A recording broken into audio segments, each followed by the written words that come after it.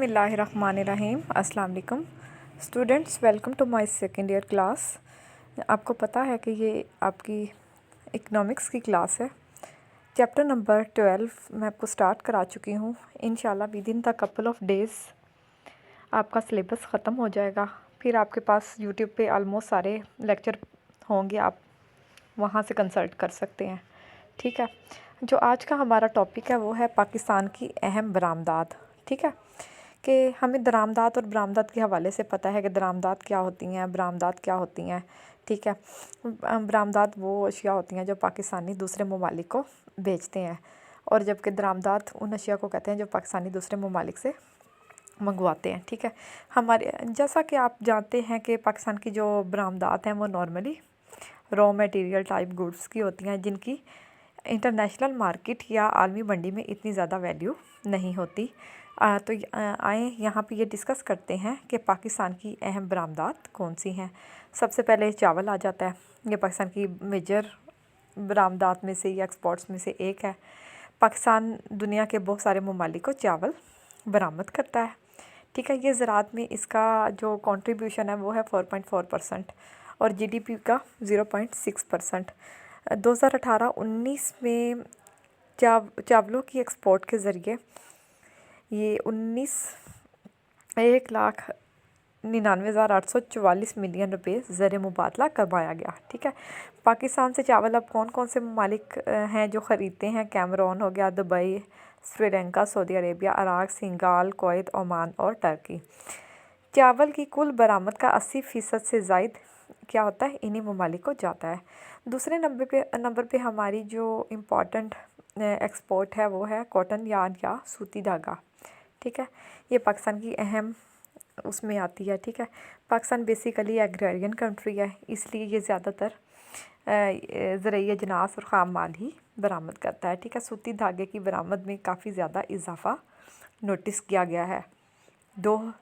2018-19 में इसकी जो मालियती ये फ़िगर्स हैं, इसमें ऐसा इतनी आपको समझाने वाली कोई कॉन्सेप्ट नहीं है। ये बस आपने एक नज़र इसको गो थ्रू कर लेना है।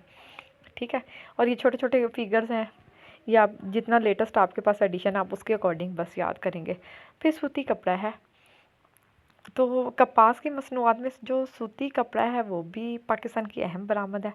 पिछले 2-3 साल में इसकी बरामद में क्या है, उतार चढ़ाव आता रहा है। ठीक है, 2018-19 के पहले 9 माह में पाकिस्तान ने ये एक अमाउंट है। ठीक है, अब ये देख लें कि इतना सूती कपड़ा पाकिस्तान किन किन ममालिक को कपड़ा भेजता है। उसमें बरतानिया, अमेरिका, रूस, सूडान, मगरबी जर्मनी, ठीक है, ईरान, हांगकांग और पोलैंड। ठीक है, फिर यहाँ पे ज़िक्र करते जाते हैं कारपेट्स का। ठीक है, कालीन, पाकिस्तान आला दर्जे की कालीन बनाता है और दूसरे ममालिक को भेजता है।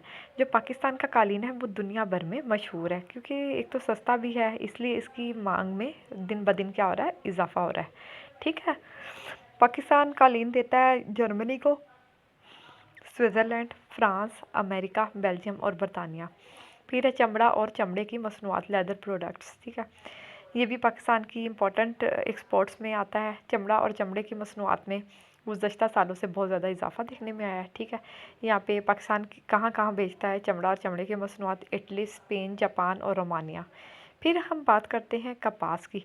जो कपास की पैदावार है, जैसा कि आप जानते हैं कि पाकिस्तान बुनियादी तौर पर एक ज़रूरी मुल्क है, और जो ज़राअत है वो हमारी मईशत में रीढ़ की हड्डी की हैसियत रखती है। कपास की पैदावार जो है वो पाकिस्तान की मईशत में इसकी जो इम्पोर्टेंस है वो रीढ़ की हड्डी की तरह है। एक अरसे तक जो है कपास पाकिस्तान की सबसे बड़ी बरामद रही है, और हमारी बरामदात का बहुत बड़ा जो हिस्सा है वो हमें इसी से हासिल होता रहा। ठीक, लेकिन कुछ सालों में ऐसा हुआ कि हमारी कपास की पैदावार मुतासिर हुई और हमें अपनी मुल्की ज़रूरियात को भी पूरा करने के लिए दरामद करना पड़ी। लेकिन अब ये है कि हमारी जो बरामदात हैं वो क्या हो गई हैं, कम हो गई हैं। लेकिन फिर ये वायरस के हमले की वजह से पैदावार कम रही। फिर उसके बाद मछली की बात करते हैं। मछली ज़ाहिर बात है, मछली की बरामद में खातिर का इजाफा हुआ। पोर्ट कासिम की तामीर की वजह से और ज़्यादा बढ़ गई और ये दूसरे ममालिक को भेजी गई। फिर रेडीमेड गारमेंट्स और हौजरी, ये भी पाकिस्तान की इम्पोर्टेंट एक्सपोर्ट्स में आता है। आलात जराही क्या होते हैं? सर्जिकल इंस्ट्रूमेंट्स जो होते हैं, इनकी मालियत भी बढ़ी, इनकी मिकदार भी, ठीक है। फिर है पेट्रोलियम की मसनूआत। पाकिस्तान कई ममालिक को पेट्रोलियम की मसनूआत भी बरामद करता है, ठीक है। फिर बिस्तर की चादरें और तौलिए। पाकिस्तान बिस्तर की चादरें और तौलिए भी बरामद करता है। खेलों का सामान है और सब्जियां, ठीक है। और जो खेलों का सामान है उसको भी करके अच्छा खासा ज़र मुबादला कमाया जाता है। और पाकिस्तान खिंजी ममालिक जिसमें रूस आ गया, चीन को मुख्तलिफ़ किस्म की फल और सब्जियां भी बेचता है, जैसे आम, कीनू, माल्टा, सेब और कहीं आला दर्जे की जो भी हमारा यहाँ पे फ्रूट या वेजिटेबल्स होता है वो दूसरे ममालिक को भेजा जाता है। अच्छा, अब हम डिस्कस करने जा रहे हैं कि पाकिस्तान की दरामदात कौन सी हैं। आपको यहाँ नज़र आ रहा होगा कि पाकिस्तान की दरामदात नॉर्मली उन अशिया पर मुश्तमिल है जिनकी आलमी मंडी में कीमत बहुत ज़्यादा है। यही वजह है कि हमारा जो अदायगियों का तवाज़न है वो क्या रहता है, ख़सारे में। सबसे पहली हेडिंग आपको नज़र आ रही होगी, पेट्रोल और पेट्रोल की मसनूआत। पाकिस्तान की दरामदात में ज़ाहिर बात है ये बहुत इंपॉर्टेंट है। अब हमें ये पता है कि इंटरनेशनल मार्केट के अंदर पेट्रोल की प्राइसेस में बहुत ज़्यादा राइज़ एंड फॉल ऑब्ज़र्व किया गया है, ठीक है। अब इसकी अलावा जो पेट्रोल की मिकदार है उसमें भी क्या हुआ, इजाफा है, ठीक है। ये सारे फैक्टर्स हैं। लेकिन हमारी जो पेट्रोल हमारे कंट्री के अंदर है वो हमारी अपनी ज़रूरियात को पूरा करने के लिए काफ़ी नहीं है। फिर चाय। पाकिस्तान 1971 तक तो चाय ख़ुद बरामद करता रहा था क्योंकि मशरक़ी पाकिस्तान उस वक्त पाकिस्तान का हिस्सा हुआ करता था। लेकिन 1971 में जब मशरक़ी पाकिस्तान हमसे अलहदा हो गया तो हमारी एक ये बरामद थी, ये ख़त्म होकर हमारी दरामदात में आ गई। अब ये होता, पहले तो हम इस चाय की मद में अर्निंग किया करते थे। 1971 के बाद ये भी हमें ज़ाहिर बात है क्राइसिस में चले गए या हमें ये भी दूसरे ममालिक से ख़रीदना पड़ी। फिर डेयरी की मसनूआत। पाकिस्तान दूसरे ममालिक से क्या लेता है, खुश्क दूध, मक्खन और घी वगैरह भी लेता है। इस पर भी भारी रकम खर्च हो जाती है। फिर गंदम। हालांकि आपको पता है कि पाकिस्तान बेसिकली एग्रीरियन कंट्री है, ठीक है। पाकिस्तान की मईशत का ज़्यादातर दारोमदार है वो किस पे है, ज़राअत है, ठीक है। हमारी कौमी आमदनी का 20% हम इस शोबे से हासिल करते हैं। लेकिन इसके बावजूद हर साल करोड़ों की गंदम हम बाहर से मंगवाते रहे हैं, ठीक है। हमारी असल मसला है पॉपुलेशन ग्रोथ की वजह से खुराक की किल्लत का सामना करना पड़ता है, जिसकी वजह से एक बड़ी अमाउंट जो है हमें गंदम की दरामद पे खर्च करना पड़ जाती है, ठीक है। फिर है खुर्दनी तेल। ये भी पाकिस्तान पे बहुत बड़ा बोझ है। देसी घी का जो है वो इतना नहीं है जो कि पाकिस्तान की ज़रूरियात को पूरा कर सके, तो जिसकी वजह से हमें खुर्दनी तेल भी दूसरे ममालिक से दरामद करना पड़ता है। उसके बाद आ गई है केमियाई खाद। जैसा कि आपको पता है कि केमियाई खाद का इस्तेमाल बहुत बढ़ गया है, जिसकी वजह से दरामदात भी क्या हो गई हैं, बढ़ गई हैं। और दरामदात की मालियत में इजाफा हुआ है और इसकी मिकदार में इजाफे के साथ साथ क्या हुआ है, इसकी कीमतों में भी इजाफा हुआ, ठीक है। 2018-19 के दौरान ये अमाउंट है जो कि केमियाई खाद पे खर्च की गई। अद्वियात। 1948-49 में तकरीबन 5 करोड़ रुपए की दवाएं क्या की गई, दरामद की गई। अब अक्सर व बिश्तर अद्विया साज जो कंपनियां मुल्क में अद्वियात तैयार कर रही हैं, लेकिन इसके खाम माल को बाहरी से हम क्या करते हैं, लेते हैं, जिसकी वजह से एक हैवी अमाउंट हमारी इसके ऊपर खर्च हो जाती है। मशीनरी। पाकिस्तान तरक्की पजीर मुल्क है। अब ज़ाहिरी बात है कि हमारे पास लेटेस्ट मशीनरी नहीं है कि हम इंटरनेशनल लेवल को मीट कर पाएँ, और हमें माशी तरक्की के लिए क्या करना पड़ता है, काफ़ी मिकदार में मशीनरी और सनती खाम माल बाहर से लेना पड़ता है, ठीक है। फिर है रेशमी धागा और मसनूआत। पाकिस्तान में रेशमी धागे और रेशमी धागे की जो मसनूआत में मुख्तलिफ सालों में दरामद में उतार चढ़ाव होता रहा, ठीक है। 1967 से 77 में हमने 12 करोड़ इस रुपये इस पे खर्च किए। फिर चीनी भी सारी बात है, हम पाकिस्तान इस सिलसिले में भी खुद कैफिल नहीं रहा। हमारे पास जो भी चीनी पैदा होती है वो हमारी ज़रूरियात को पूरा नहीं कर पाती। फिर आगे आ जाता है लोहा, फौलाद और मसनूआत। पाकिस्तान में जो लोहे और फौलाद के सिलसिले में भी गैर ममालिक पर हम इन्हिसार करते हैं।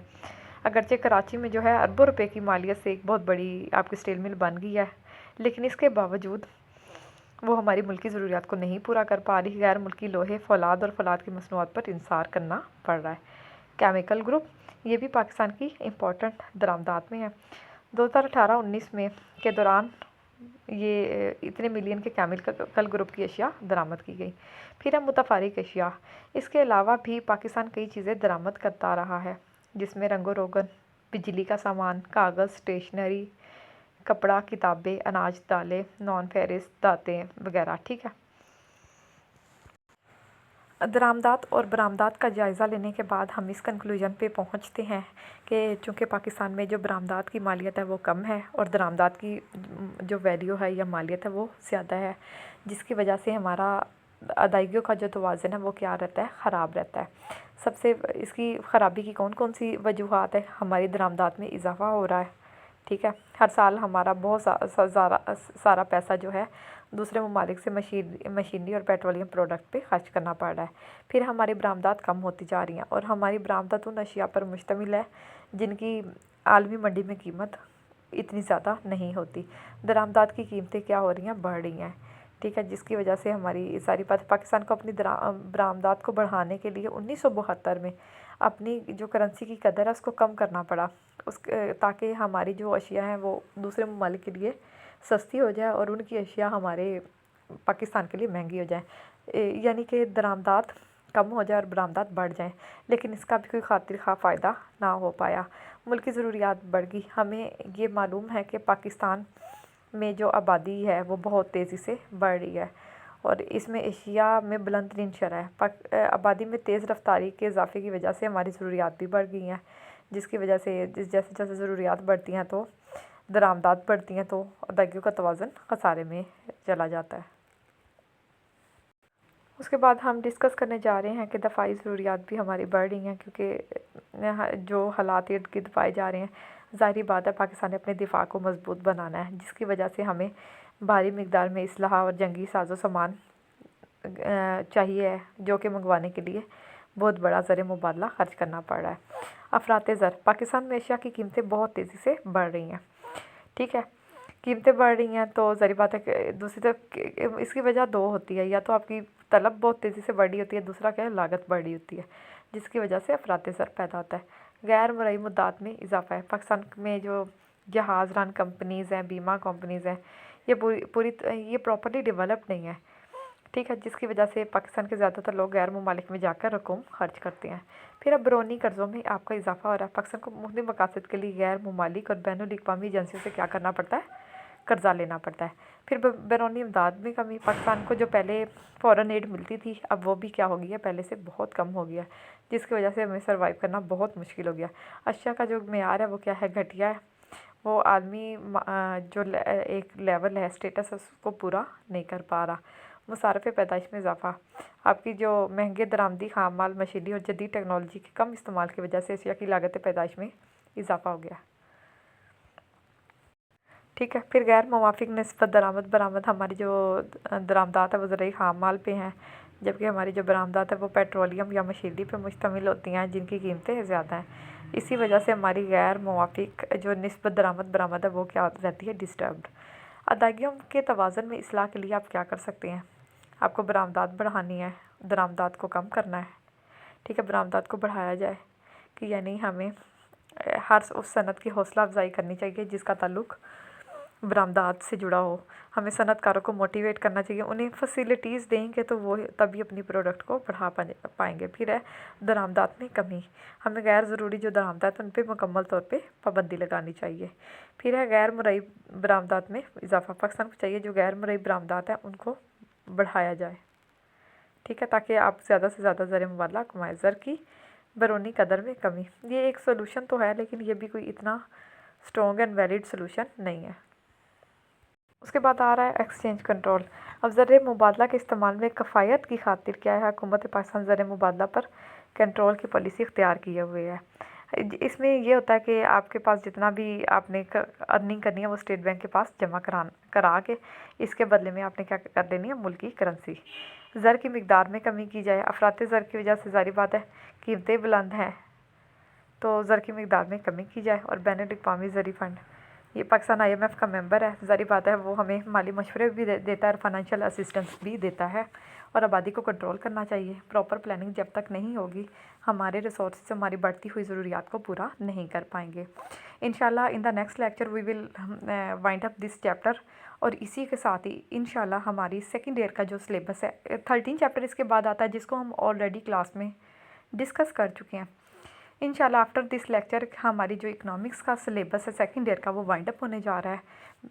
बाकी आपके लिए बहुत सारी नेक तमन्नाएं मेरे साथ हैं। इंशाल्लाह नेक्स्ट जो भी आपका लेक्चर होगा वो आपका लास्ट होगा। इसी के साथ ही मैं आपसे इजाज़त चाहती हूँ। अल्लाह हाफ़िज़।